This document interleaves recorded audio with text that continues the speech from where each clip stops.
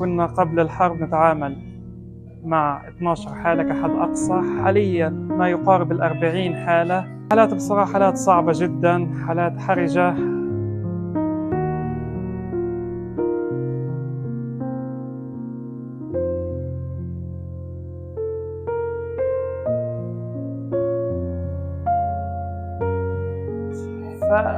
يعني الجانب للأسف جانب مظلم جدا بنعانيه هنا في قطاع غزة، وخصوصا في القطاع الطبي.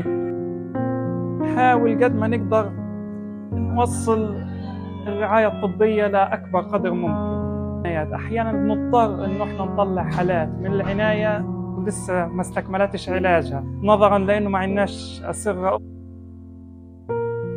بالإضافة كمان إنه مريض عناية بيحتاج تغذية. هذه مشكلة التغذية مشكلة عامة في قطاع غزة كله، خصوصا للمرضى. نحتاج إنه إحنا نغذيهم، ما فيش برضه أكل.